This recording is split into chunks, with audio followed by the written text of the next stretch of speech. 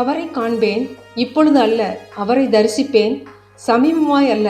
ஒரு நட்சத்திரம் யாக்கோபிலிருந்து உதிக்கும், ஒரு செங்கோல் இஸ்ரவேலிலிருந்து எழும்பும்.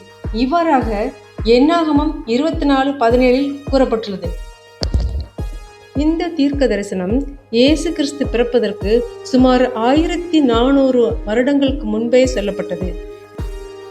இந்த தீர்க்க தரிசனம் பிலேமியாம் என்ற புறஜாதி தீர்க்கதரிசியால் உரைக்கப்பட்டது. இதனுடைய அர்த்தம் யாக்கோபிலிருந்து ஒரு நட்சத்திரம் உதிக்கும். விவிலியத்தில் ஒரு நட்சத்திரம் என்பது ஒரு ராஜாவையோ அல்லது பிரகாசமான வழிகாட்டியையோ குறிக்கும். இது இயேசு கிறிஸ்து யூத குலத்தில், அதாவது யாக்கோபின் சந்ததியில் பிறப்பார் என்பதை குறிக்கிறது. இயேசு பிறந்தபோது வானத்தில் ஒரு நட்சத்திரம் தோன்றியதை இது முன்னறிவிக்கிறது. இஸ்ரவேலிலிருந்து ஒரு செங்கோல் என்பது ஒரு ராஜாவின் அதிகாரம் மற்றும் ஆளுகையின் அடையாளம்.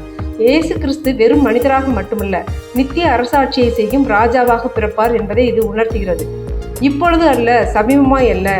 பிலேமியாம் இந்த தீர்க்கதரிசனை சொல்லும் போது இது உடனடியாக நடக்கப் போவது இல்லை, மாறாக பல நூற்றாண்டுகளுக்கு பிறகு நடக்கப் போகும் ஒரு சம்பவம் என்பதை குறிப்பிட்டு காட்டுகிறார். ஆமேன்.